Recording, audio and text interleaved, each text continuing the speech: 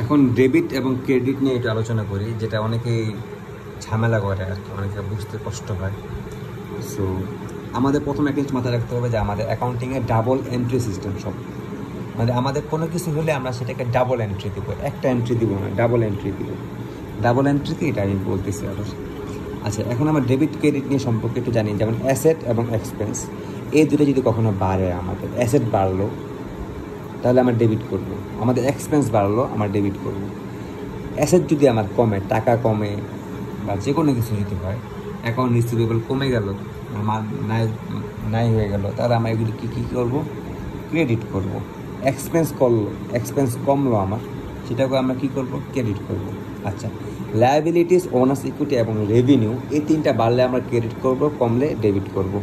এই জিনিসটা আমাদের মাথার মধ্যে সেট করে নিতে হবে। এই ছকটা এভাবে অ্যাসেট এবং এক্সপেন্স, এই জিনিসটা এভাবে সেট করে নিতে পারলে, এই দুটো বাড়লে ডেবিট, কমলে ক্রেডিট, এবং এই তিনটা বাড়লে ক্রেডিট, কমলে ডেবিট আমরা যদি মাথায় রাখতে পারি, তাহলে আমাদের নিচে জানানো টানানো থেকে শুরু করে সব কিছু করতে সহজ হবে ইনশাআল্লাহ। আচ্ছা, ফর এক্সাম্পল হিসেবে আমি কিছু জিনিস দেখাই।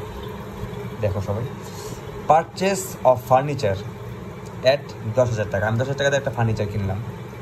দেখো এখানে কী কী হয়েছে, আমাদের ডাবল এন্ট্রি দিতে বলছে। আমাদের অ্যাকাউন্টিংয়ের সিস্টেম হচ্ছে ডাবল এন্ট্রি দিতে হবে। প্রথম এন্ট্রি আমি যদি দিই, আমাদের এটা প্রথম, হ্যাঁ, এবং এটা মাথায় রাখতে হবে অলওয়েজ আগে ডেবিট যেটা হবে সেটা এন্ট্রি দিতে হবে। ডেবিট আগে থাকবে অলওয়েজ, এরপর ক্রেডিটের জিনিস দিতে হবে। দেখো এখানে ফার্নিচার যে আমি কিনলাম, ফার্নিচারটা কি আমার এটা অ্যাসেট না? আমি আগে বলছি ইকুইপমেন্ট। তো ইকুইপমেন্ট ফার্নিচার যে, সেটা অ্যাসেট বাড়লে আমরা কী করবো, ডেবিট, অ্যাসেট ডেবিট। আমি কেনার সময় আমি ক্যাশ টাকা চলে গেল না আমার কাছ থেকে, তো কোন ক্যাশ গেল, ক্যাশ কি আমার অ্যাসেট কমে গেলে ক্রেডিট, এই যে ক্রেডিট, ক্যাশ ক্রেডিট।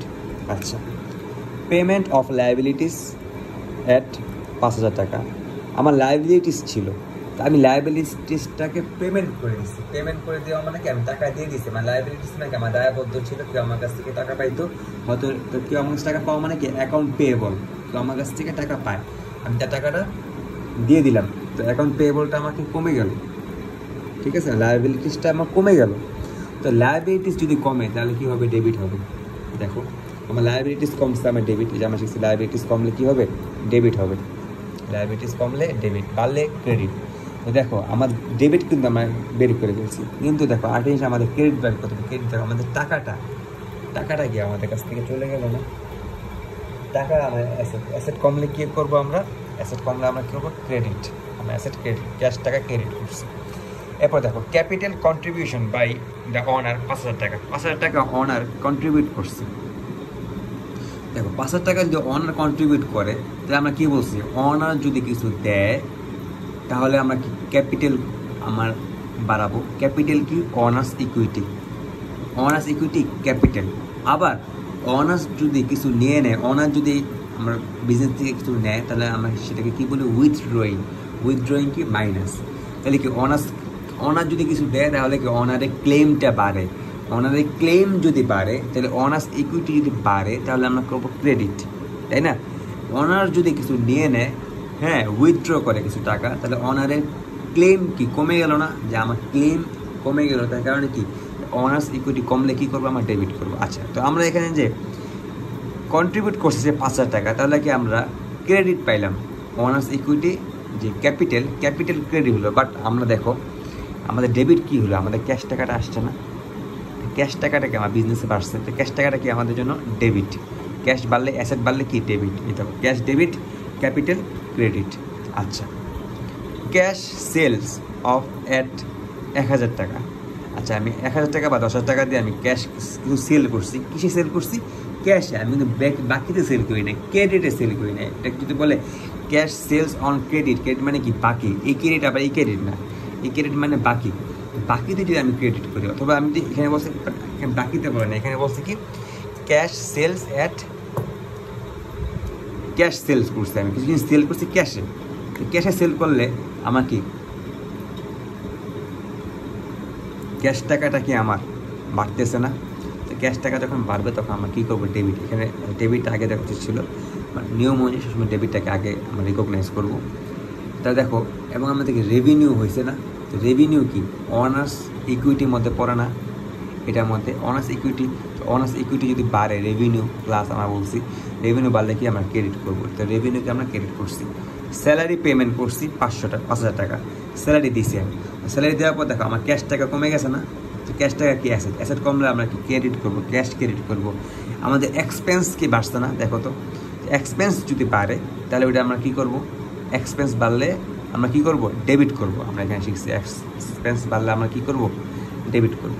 তো আশা করি এই জিনিসটা আমার ডেবিট ক্রেডিট হিসাবটা বুঝতে পারছি। তারপরে আমি আরও এই পেজটা আরও কিছু আছে, এটাকে আসলে জার্নাল বলা হয়। তো জার্নাল বা আমরা কীভাবে রেকর্ড করবো, আমার এই ডেবিট ক্রেডিট হিসাবটা কিন্তু আমরা বুঝে গেছি।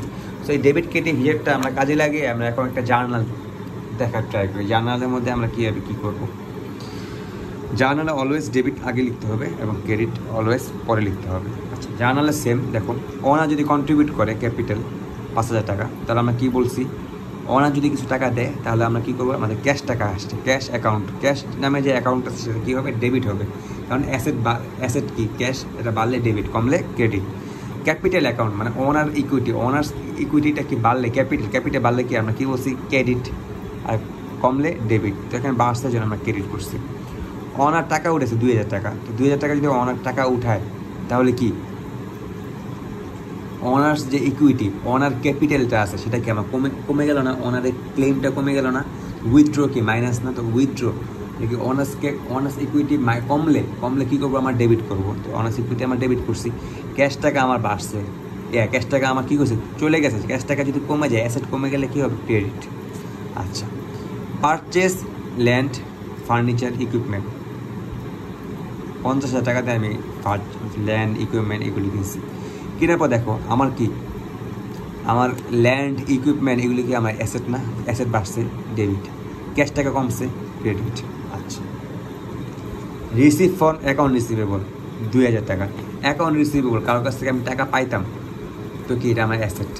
হ্যাঁ, টাকা পেয়ে গেছি, রিসিভ করছি, টাকা আসছে, ক্যাশ টাকা আসছে না আমার, তো ক্যাশ টাকা কি অ্যাসেট, অ্যাসেট কি আমার বাড়ছে না। অ্যাসেট যদি বাড়ে, ক্যাশ অ্যাকাউন্ট কী হবে, ডেবিট।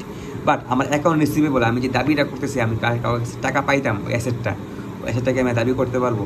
আমি যখন অ্যাকাউন্ট রিসিভেবল অ্যাসেটটা দাবি করতে পারবো না, তাহলে কি আমি অ্যাসেটটা কমে গেল না, তো অ্যাকাউন্ট রিসিভেবল হবে কি, ক্রেডিট। আশা করি বুঝতে পারছি। এই সেম অনুরূপভাবে এই জিনিসটাও, পেমেন্ট টু অ্যাকাউন্ট পেয়েবলকে আমি 3,000 টাকা দিয়ে দিলাম।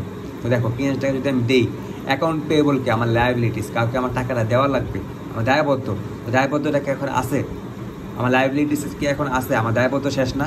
তুমি আমার কাছে 3,000 টাকা পাই, তুমি বলতা তোর কাছে কিন্তু আমার কাছে কিন্তু তুই দায় আসোস।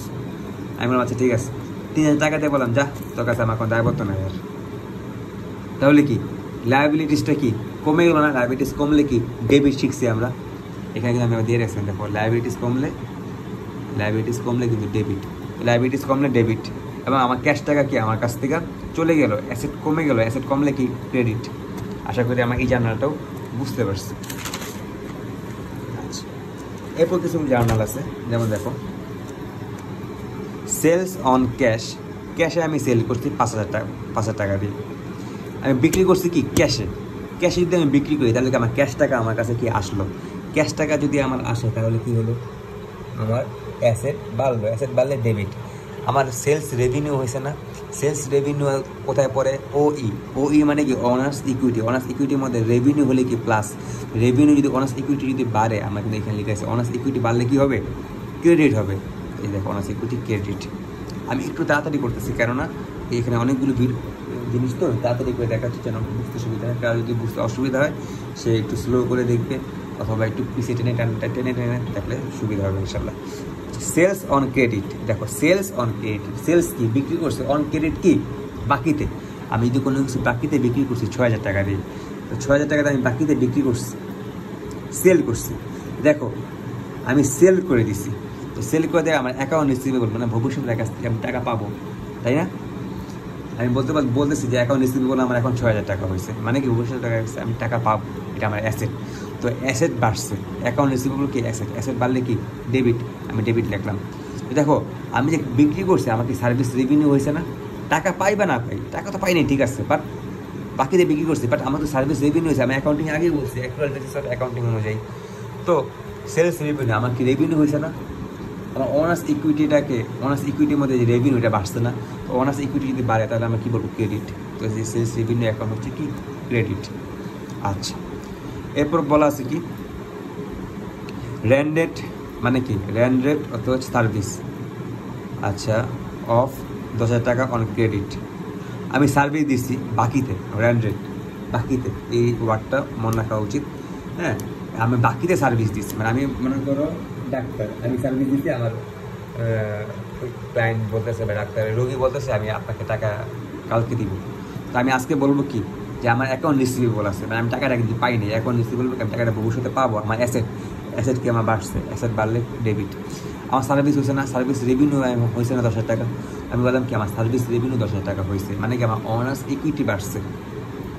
সার্ভিস রেভিনিউ অনার্স ইকুইটি বাড়ছে। অনার্স ইকুইটি যদি বাড়ে, দেখো অনার্স ইকুইটি অথবা রেভিনিউ, হ্যাঁ সরি এটা অনার্স ইকুইটির মধ্যে যাবে, এটা যাবে রেভিনিউ মধ্যে। আমি তখন ভুল বলে আসছিলাম, সরি সবাইকে সরি। রেভিনিউ আলাদা, সরি রেভিনিউ তো এখানে আলাদাই আছে, আমার এক্সপেন্সও আলাদাই আছে। যাই হোক, দেখো এখানে রেভিনিউ আমার কী হয়েছে, রেভিনিউ আমার কি বাড়ছে, তো রেভিনিউ বাড়ছে, তাহলে রেভিনিউ ক্রেডিট। আচ্ছা, পারচেস অফ ইনভেন্টরি, এটা আসলে পিরিয়ডিক ইনভেন্টরি সিস্টেম অনুযায়ী এটা হয়, বাট আমরা আমাদের যে ম্যাথ যেভাবে যেভাবে শিখেছি আমরা এটা সেভাবে শিখবো। আমার ইনভেন্টরি আমি কী বলছি আগে, আমি যদি কলমে বিজনেস করি, তো কলমগুলি হচ্ছে আমার ইনভেন্টরি। হ্যাঁ, ইনভেন্টরি হচ্ছে একটা অ্যাসেট, ঠিক আছে। আমি কিছু ইনভেন্টরি কিনছি ক্যাশ টাকা দিয়ে, 3,000 টাকা দিয়ে, তাহলে কি আমার কি হচ্ছে